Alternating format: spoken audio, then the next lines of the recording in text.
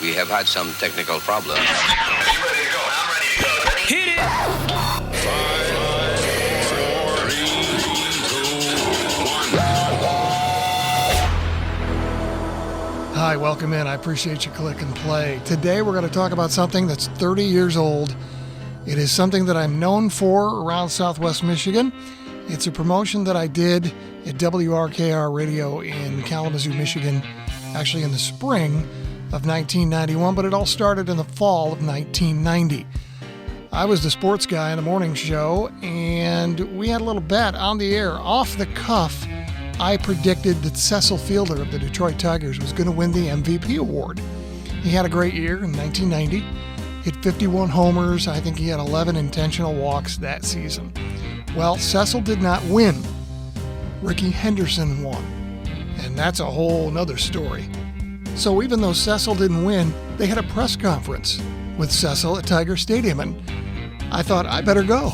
I'm going to talk to Cecil, tell him what I'm going to do, see if I can get a couple of comments. And I did. I drove to Tiger Stadium that night. It was a very dark night that fall, and there weren't that many people at the press conference. It was in one of the really small rooms off the main hallway inside the stadium, and I sat down, and a couple minutes later, Mitch Albom sat next to me, and there were probably 8 or 9 other media people there. Cecil made a couple of comments. I told him what I was going to do, asked him if he had a charity that he supports. He told me March of Dimes. I said we were going to raise some money. He got a quick chuckle out of it. So that was a fun night. That night was actually one of my favorite memories with the Detroit Tigers of all time. And I could do a podcast just on this, but I'll tell you real quick. It was a cold night in Detroit at Tiger Stadium. The place was empty. The season is done. The press conference is over. I'm getting ready to go back out to the station van and drive home at whatever time it was, 8 o'clock on like a Tuesday night. Had to get up at 4 the next morning. But as I'm walking out of Tiger Stadium, keep in mind this is the old Tiger Stadium at Michigan and Trumbull. This is the fall of 1990. And as I'm walking out, you get the glimpse of the stadium and the field off to your left. And I kind of looked real quick, and I looked around, and no one was there. And I walked up one of the ramps, and I was right by the dugout, the home dugout on third base. And I kind of looked around. Again, nobody there. So I walked down a couple of rows. Still no one there. Kept walking, went down to the front row, sat down, put my feet up on the Tigers' third base dugout, and I sat there for a good 15 minutes, soaking in Tiger Stadium by myself on a chilly fall night, and just thought about the history and, this walk that I was going to have to do. And it was a special moment. I was inside Tiger Stadium by myself. I will never forget that. But back to our situation here. We actually had to recreate the bet on the air for the promo that we were going to air in March for this unintentional walk, because we didn't save the tape when I had made the bet. So we recreated it to make it sound like we had the tape. Well, I had to make all the arrangements after we had decided we were going to go forward with this thing. So I had to get hotels along the way, figure out what we were going to do with food. My wife was going to be my assistant. She was going to drive the van, so she became an employee for a week. She also manned a video camera. I hooked up with AAA. They got us what was called a trip tick, where they mapped out the route that I was going to go, because you can't just drive a walk down I-94. We had to go the back roads, which was mostly US 12. And we decided we would take a week, and it would be about 20 miles a day. And we would make it so the last day I would show up at the stadium that morning on the morning show. So that's what we did. And we planned it out, and it was about 20 miles of walking every day. I made a deal with Gazelle Sports, a shoe store downtown. I got some great shoes, some socks, and some other things, so I was comfortable. We had the charity set with the March of Dimes. My wife designed a shirt that we sold along the way.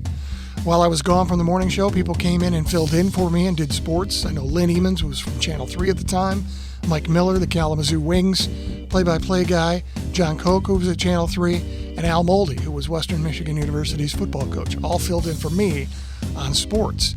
And so while I was within earshot of the radio station, I would be on the cell phone. I had a bag phone over my shoulder while I was walking, and I would add to the show when I could. I would also talk to the other people on the air during the day on the radio station. And I could hear the radio station for about half of the way. We got to Jackson and I couldn't hear the station anymore.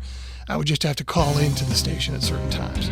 So my wife followed me with the van. She would run ahead, get food ready. She rubbed my feet at night. My God, my feet were hurting the first couple of days. So 20 miles a day. And as we got ready to get to each city, she would run ahead and make sure the hotel arrangements were good.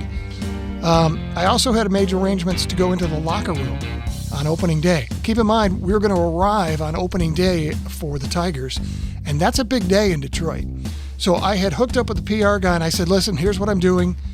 Can I get Cecil before the game for 5 minutes? He didn't want to commit. He said he would do what he could. But when we did get there and arrived that morning, we showed up. I told the Tigers front desk people who I was, who I wanted to talk to, and I forgot who the guy was.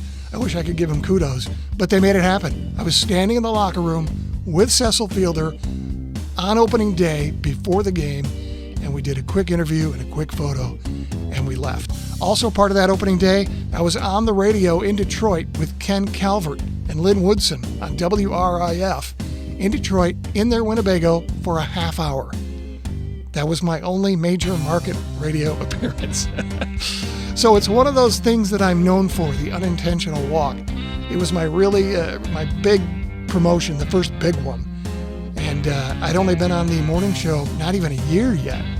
Great PR for the station and for the show. I met lots of listeners along the way. I met John Short, who was the camera guy from Channel 3 at the time. He's still a friend. It was not the last bet that I would make. In the mid-'90s, I did a Red Wings Stanley Cup bet that I lost. I had to shave my head. We did that on the pitching mound during the first ever Kalamazoo Kodiaks baseball game. We did a couple of other bets that were very silly, not worth mentioning. I didn't want to do them all the time. Other people wanted to do a lot of that stuff, but I thought it would just lose its luster. Kind of like we used to do morning show April Fool's jokes every year. And I don't know why, but people fell for it every year. And every year we tried to top the previous year, and it just became silly. And I hated it every year. But we kept doing it. So it was cool to do the unintentional walk. People still bring it up to me. I can't remember how much money we raised. I think it was around 10 grand, but I was gone, so I never really saw any of the money.